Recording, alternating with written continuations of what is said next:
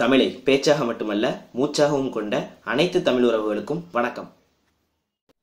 இன்னைக்கு வீடியோவில் நம்ம என்ன பார்க்க போறோம் அப்படின்னா, நம்ம எல்லாருமே சில சமயங்களில் நமக்கு ரொம்பவே இம்பார்ட்டன்டான ஃபோட்டோஸ் எல்லாத்தையும் டெலிட் பண்ணியிருப்போம். அது மட்டும் இல்லாமல் எஸ்டி கார்டையும் ஃபார்மேட் பண்ணியிருப்போம். ஆனால் எஸ்டி கார்டில் உள்ள சாங்ஸ், வீடியோஸ் இது எல்லாத்தையும் எப்போ வேணால் இன்டர்நெட்ல டவுன்லோட் பண்ணிக்கலாம். பட் ஃபோட்டோஸ், அதுவும் பர்சனல் ஃபோட்டோஸ், இது எல்லாத்தையும் திரும்ப எடுக்க ரொம்பவே கஷ்டம். ஆனால் இந்த மாதிரி ஃபோட்டோஸை எப்படி நம்ம ஆண்ட்ராய்டு மொபைல்லேருந்து ரெக்கவர் பண்ணலாம் அப்படிங்கிறது இந்த வீடியோவில் பார்க்க போகிறோம். இது உங்களுடைய தமிழ் கிரேசி சேவர் சேனல். நான் உங்கள் கிரேசி தமிழன். வாங்க இன்னைக்கு வீடியோக்குள்ளே போகலாம்.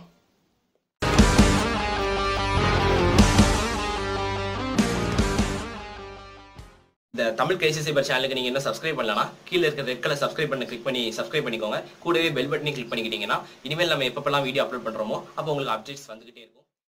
இப்போது நம்மளுடைய ஆண்ட்ராய்டு மொபைலில் டெலிட் ஆன ஃபோட்டோஸை ரெக்கவர் பண்ணுறதுக்கு நம்ம ஒரு ஆப்பை பற்றி பார்க்க போகிறோம். இந்த ஆப்பினுடைய நேம் டிஸ்க் டிகர். இந்த ஆப் வந்து ப்ளே ஸ்டோரில் அவைலபிளாக இருக்குது. ப்ளே ஸ்டோரில் போய்ட்டு டிஸ்க் டிகர் சர்ச் பண்ணி அந்த ஆப்பை இன்ஸ்டால் பண்ணிக்கோங்க. இப்போது இந்த ஆப்ஷனில் 2 விதமான ஆப்ஷன்ஸ் இருக்குது. முதல்ல உள்ளது பேசிக் ஸ்கேன்.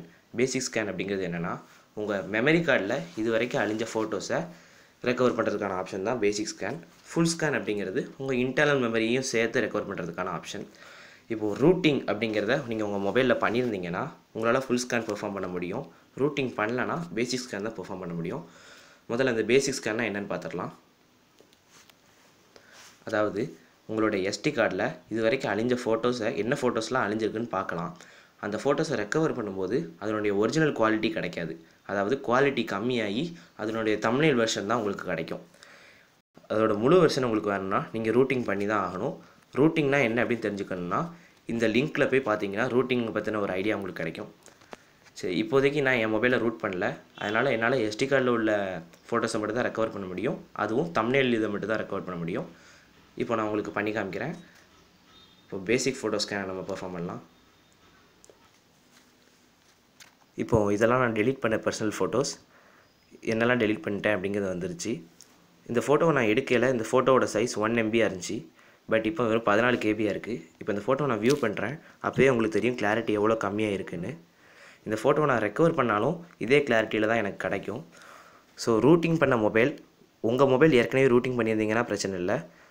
மேலும் உங்கள் மொபைல் உங்களோட நண்பர்கள் யாராவது ரூட்டிங் பண்ண மொபைல் வச்சுருந்தா அவங்களோட மொபைலில் உங்கள் எஸ்டி கார்டை போட்டு அதுலேருந்து ரெக்கவர் பண்ணுறது தான் நல்ல ஆப்ஷனாக இருக்கும். இப்போது நான் இந்த 2 ஃபோட்டோவையும் ரெக்கவர் பண்ணி காமிக்கிறேன்.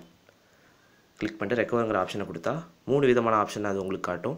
முதல்ல உள்ளது வந்து என்ன ஆப்ஷன்னா, ஒரு எக்ஸ்டர்னல் ஆப் மூலயமா, அதாவது ஷேரிட், ப்ளூடூத், அப்புறம் கூகுள் டிரைவ், இதன் மூலமாக வெளியே இந்த ஃபைல்ஸை எப்படி சேவ் பண்ணுறது அப்படிங்கிறது இந்த ஆப்ஷன். இது வந்து 2வது ஆப்ஷன் என்னென்னா, நம்மளுடைய மொபைல்லே இந்த ஃபைல்ஸை சேவ் பண்ணுறது. மேக்ஸிமம் உங்கள் மெமரி கார்டு ஒரு வேளை ஃபார்மெட்டாக இருந்ததுன்னா அந்த ஃபார்மெட்டான மெமரி கார்டில் திரும்ப இதை சேவ் பண்ணுறது அவ்வளோவோ சேஃப் இல்லை.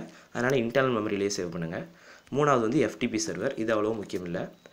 இப்போது நான் எக்ஸாம்பிளுக்கு இது என்னென்னு உங்களுக்கு தெளிவாக காமிச்சிடுறேன். அதாவது இது வந்து ப்ரோ வெர்ஷன் அப்டேட் பண்ண சொல்லுது. இந்த ப்ரோ வெர்ஷன் அப்படிங்கிறது இதனுடைய ஒரிஜினல் வெர்ஷன். அதை நீங்கள் ப்ளே ஸ்டோரில் காசு கொடுத்து வாங்கிக்கலாம்.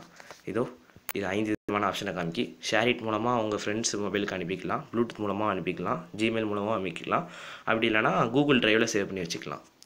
இந்த மாதிரி பலவிதமான ஆப்ஷன்ஸ் இந்த ஆப் உங்களுக்கு வழங்குது. இதன் மூலமாக உங்களுடைய அழிந்து போன ஃபோட்டோஸை நீங்கள் வந்து ரொம்பவே எளிதாக ரெக்கவர் பண்ணிக்கலாம். இன்னைக்கு வீடியோ நம்ம பார்த்த ஆப்போட ஃபெசிலிட்டி உங்களுக்கு ரொம்பவே பிடிச்சிருக்கு அப்படின்னு நம்புறேன். ஆனால் இந்த ஆப்புக்காக மெனக்கிட்டு நீங்கள் உங்கள் ஃபோனை ரூட் பண்ணுறது அப்படிங்கிறது எப்பயுமே நல்ல ஆப்ஷனாக இருக்காது. ஏன்னா ரூட்டிங் அப்படிங்கிறது உங்கள் மொபைலுக்கு எப்பவுமே சேஃப்டி இல்லை. முடிந்தளவு உங்கள் நண்பர்கள் யாராவது ரூட் பண்ண ஃபோன் வச்சுருந்தாங்கன்னா அதில் உங்கள் எஸ்டி கார்டை போட்டு உங்கள் ஃபோட்டோஸை ரெக்கவர் பண்ணுறது எப்பவுமே நல்ல ஆப்ஷனாக இருக்கும். இந்த வீடியோவில் சொன்ன கருத்துக்கள் எல்லாம் உங்களுக்கு பிடிச்சிருந்தா இந்த வீடியோ லைக் பண்ண மறந்துடாதீங்க. பிடிக்கலன்னா டிஸ்லைக் பண்ணுங்கள். என்ன பிடிக்கல அப்படிங்கிறத கீழே கமெண்ட்டில் சொல்லுங்கள். நம்ம சேனல் வளர்கிறதுக்கு நீங்கள் செஞ்ச உதவியாக இருக்கும். இந்த வீடியோவை உங்கள் நண்பர்களோட வாட்ஸ்அப், ஃபேஸ்புக் போன்ற சமூக வலைதளங்களை ஷேர் பண்ணுங்கள். அவங்களும் பயனடையட்டும். மீண்டும் அடுத்த வீடியோவில் உங்களை சந்திக்கிறேன். விடைபெறுவது உங்கள் கிரேசி தமிழன். தமிழை சுவாசிப்போம், தொழில்நுட்பத்தை நேசிப்போம். நன்றி, வணக்கம்.